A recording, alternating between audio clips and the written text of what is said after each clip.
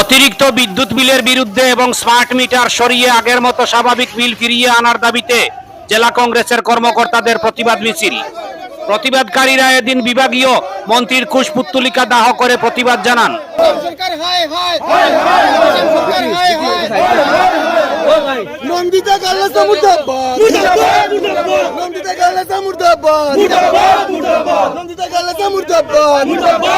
এই প্রোগ্রামটা আমি নিজে স্মার্ট মিটারের একজন ভুক্তভোগী। আগে আমি 2000 টাকা বিল দিতাম, এখন 8 থেকে 10,000 টাকা দিতে লাগে। দেখুন, যারা গরিব মানুষ এমন আছে লাইটের বিল, তারা পরিবার চালাইতো, লাইটের বিল দিতে লাগে, লাইট ছাড়া চলতে লাগবে আগামী দিনে। তো এই কারণে আজকে যুব কংগ্রেসের সমস্ত কর্মীরা, কংগ্রেসের কর্মীরা এটা প্রতিবাদে নামছে এবং সমগ্র আসাম জুড়ে এটা প্রতিবাদ দিব। বিশেষ করে আজকে আমরা এটা প্রতীকী এটা প্রতিবাদ করলাম। আগামী দিনে যদি আজকের দিনে যদি আমাদের এই আন্দোলনের দাবি না মানা হয়, যে আমরা বৃহত্তর আন্দোলন হব। আজকে যুব কংগ্রেস আমরা রাজ্যিক স্টেট প্রেসিডেন্ট জুবেরা নামের নেতৃত্বে এবং এখানে আমাদের যুব কংগ্রেসের ডিস্ট্রিক্টের সব বাইরের নেতৃত্বে আজকে আমরা এই আন্দোলন পথে নামছি। এবং আজকের দিনে আমার স্টেটের যারা আছে, পজিশনের যারা আছে, তারা সব আছে। আমরা চাই অতি সত্তর যে বিদ্যুতের স্মার্ট মিটার পরিবর্তন করিয়া আগের সিস্টেমে নেওয়া, নাইলে বৃহত্তর আন্দোলন আমরা গড়ে তুলব।